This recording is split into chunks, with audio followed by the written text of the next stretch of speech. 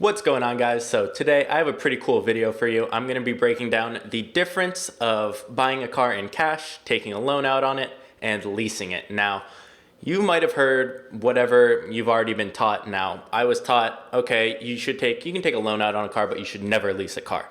And you're probably taught one way or the other. A lot of people are taught, oh, you can only afford what you can buy in cash. Now, whatever you think, just please watch this video, because by the end, I want to change your mind. Now, it's different situations depending on what you're buying and a bunch of different factors, which I'll break down in here. But if you're wondering why so many people with so much money lease their cars, I will show you. And it's probably not the reason you think. So stay till the end, bear with me here, because this is a pretty cool video.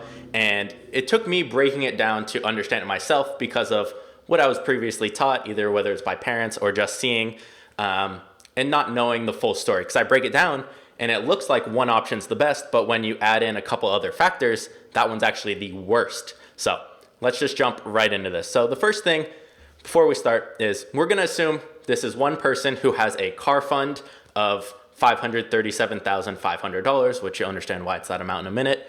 The cost of the car they're looking at is $500,000. They'll own the car for 2 years and they have a credit score of 700. So I technically did this for myself, but this is what we're looking at right now. So assume this is the same person for all of these. So the first thing is if they buy the car in cash. Now, what's the best, why buy a car in cash? Well, you're not gonna have a car payment and you're gonna pay no interest. So a lot of people think, okay, no interest, it's gonna cost me less. So if I can buy the car in cash, that's what I wanna do. Now, what are the negatives of buying a car in cash? You will have to pay sales tax on it and you'll have this should be $537,500 because of tax, which you'll see in a sec, tied up in the car, which is an opportunity cost. You could be doing other things with that money, such as investing it. Now, the car price, so this is for buying it in cash, is $500,000. In California, again, I did this for me and wanted to share this with you. The tax is 7.5% if you're buying a car. Now, I know there's other loopholes like Montana license plate. You can register it there, not pay sales tax, and drive it wherever you want, and it's legal that way. So there are things like that taken consideration. We're going to pretend we don't know that, though, because that's not a lot of people know that. So $37,500 in tax. So our total out of our pocket is we're putting $537,500 into this car because we're not taking any money out. We're not taking a loan. We're not financing anything. And we're going to assume we'll be able to sell this car for $450,000 in 2 years. So our total cost over 2 years, if we're buying it in cash, we don't pay any in interest. We lost our money in tax for the car, and then we lost $50,000 in depreciation. So our total cost to own this car for 2 years was $87,500. Now another video topic, but it's crazy to see that's how much it costs to drive a $500,000 car for 2 years, which might seem like a lot, but comparing it to a $500,000 car, it's not too bad. But one thing to understand here is the opportunity cost. Now, I'll break this down more at the end if you have trouble understanding opportunity costs, and I'll make it make more sense at the end, so stick with me. So opportunity cost, we could have invested, I say 10%, you can say the average is 7 or 8%, I use 10, because I know I can get that. We could have invested that $500,000, well, $537,500 at 10% return on our investment a year, whether we're doing it in stocks, if we're doing it in real estate, etc. So I just put 500, and that means we're not making 100,000 a year that we could be making if we didn't have 500,000 in our car. If we had zero in the car and we're just making payments or something, then we would have been able to make an extra $100,000, which is our opportunity cost.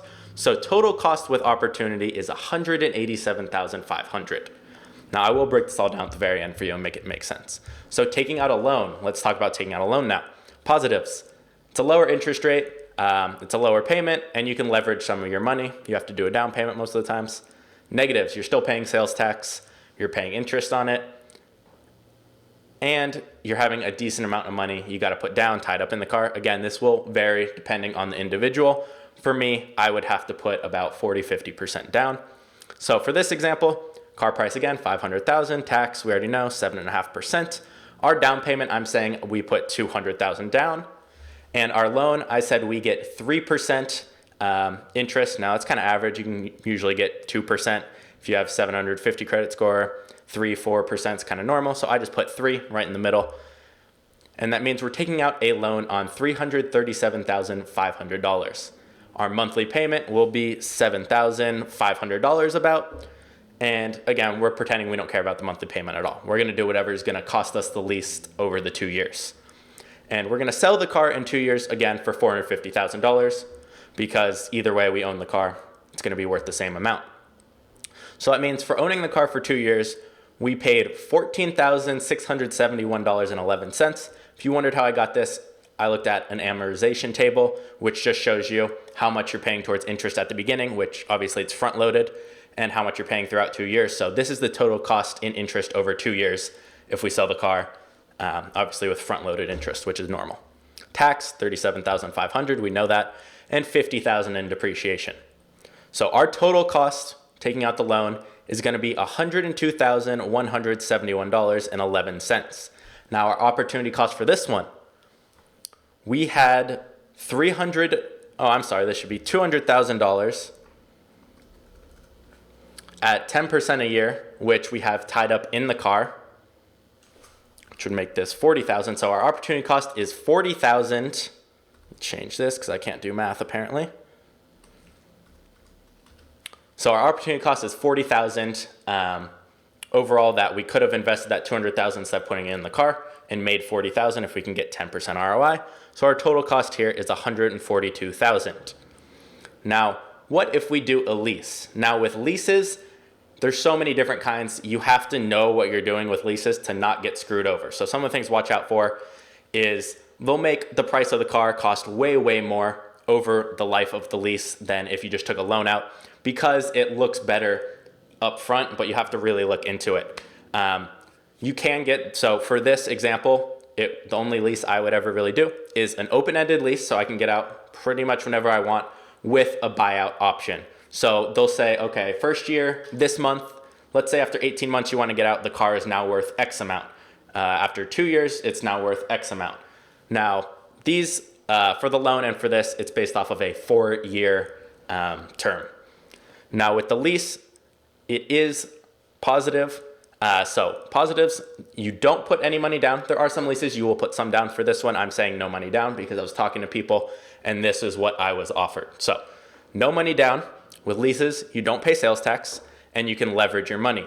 Now, one thing with leases and loans, a little different. Now, if this is going to be a business vehicle, obviously there's restrictions when it comes to luxury car tax, how much you can actually have, how much your car can be worth. That's a business vehicle, and a couple other things like that. But with a lease, if it's 100% business car, this isn't advice. This is what I do. I don't do this with my Lamborghini.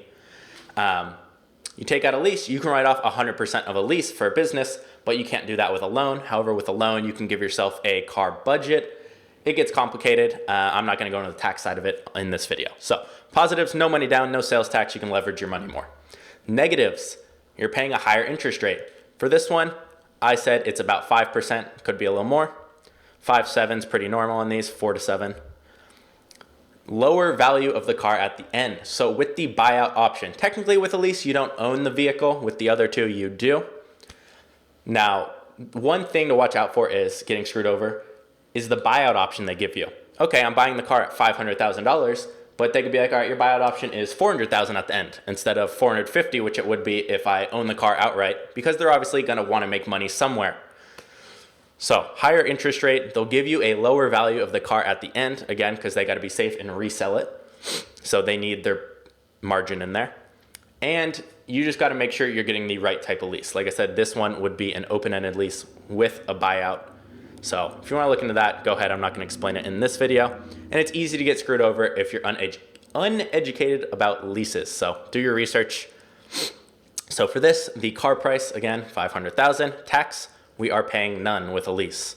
Our down payment is $0. Now, sometimes this can be a little bit, it's usually not much. On this kind of car, it would maybe be 40, 50 grand. But again, there's ones with $0. Now, our lease, we're taking out a lease for $500,000 in general. I can't do math. And our monthly payment is $11,500 about. And we're going to sell the car in 2 years for $425,000. Now, if you noticed, I put 425,000 here. I put 450 on the others because with a lease, they're probably going to lowball you more on the buyout option throughout the term of the lease. The value of the car will obviously depreciate as you drive it. Now this is with a zero, with no max mileage per month. Because a lot of them, if you're looking at high-end cars like this, they're like, all right, you can drive 2,000 miles a year. That's not what I'm looking for. This does not have a cap on this one. Now, obviously, some open-ended ones will. So we're looking at 425,000. So an extra 25,000 we lose in depreciation from doing the lease. Now, our total cost over 2 years will be $38,815.12 in interest. So obviously, about 2.5, 3 times the amount of interest as taking out a loan. Because again, 5% instead of 3 and against more money. Sorry, hitting puberty apparently. Appreciation, $75,000 gone. So our total cost to lease the car is $114,000 about. Now, our opportunity cost is 0 because we're gonna go invest that money. So that brings our total to $113,815.22. Now let's compare them all and see. So if you want to understand opportunity cost real quick, read this.